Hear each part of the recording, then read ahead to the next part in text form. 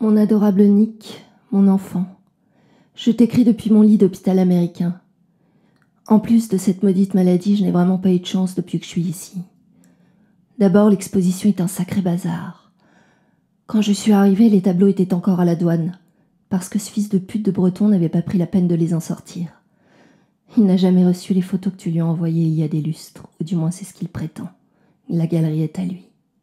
Bref, j'ai dû attendre des jours et des jours, comme une idiote, jusqu'à ce que je fasse la connaissance de Marcel Duchamp, un peintre merveilleux, le seul qui ait les pieds sur terre parmi de tas de fils de pute lunatiques et tarés que sont les surréalistes. Lui, il a tout de suite récupéré mes tableaux et essayé de trouver une galerie. Finalement, une galerie qui s'appelle Pierre Coll a accepté cette maudite exposition. Et voilà que maintenant Breton veut exposer à côté de mes tableaux 14 portraits du 19e siècle mexicain, ainsi que 32 photos d'Alvarez Bravo et plein d'objets populaires qu'il a achetés sur les marchés du Mexique. Un bric-à-brac de vieillerie. Qu'est-ce que tu dis de ça? La galerie est censée être prête pour le 15 mars. Sauf qu'il faut restaurer les 14 huiles du 19e, et cette maudite restauration va prendre tout un mois. J'ai dû prêter à Breton 200 bifetons pour la restauration, parce qu'il n'a pas un sou.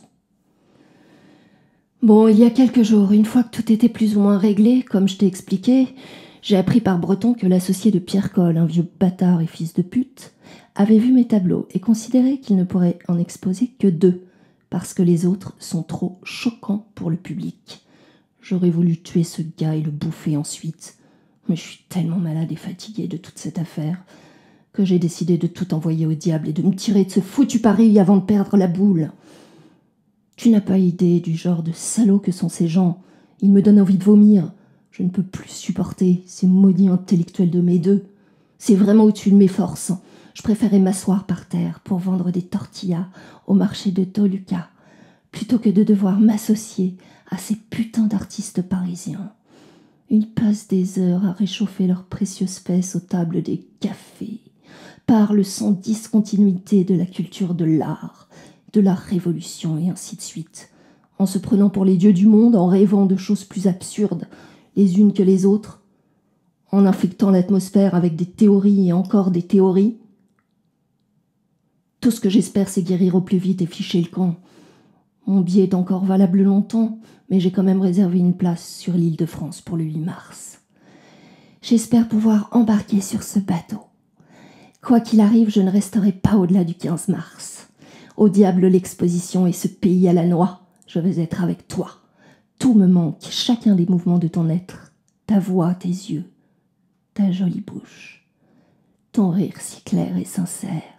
Toi, je t'aime, mon Nick. Je suis si heureuse de penser que je t'aime, de penser que tu m'attends et que tu m'aimes. Mon chéri, embrasse-moi de ma part. Je ne l'oublie surtout pas. Embrasse aussi Aria et Léa. Et pour toi, mon cœur plein de tendresse et de caresses, un baiser tout spécialement dans ton cou.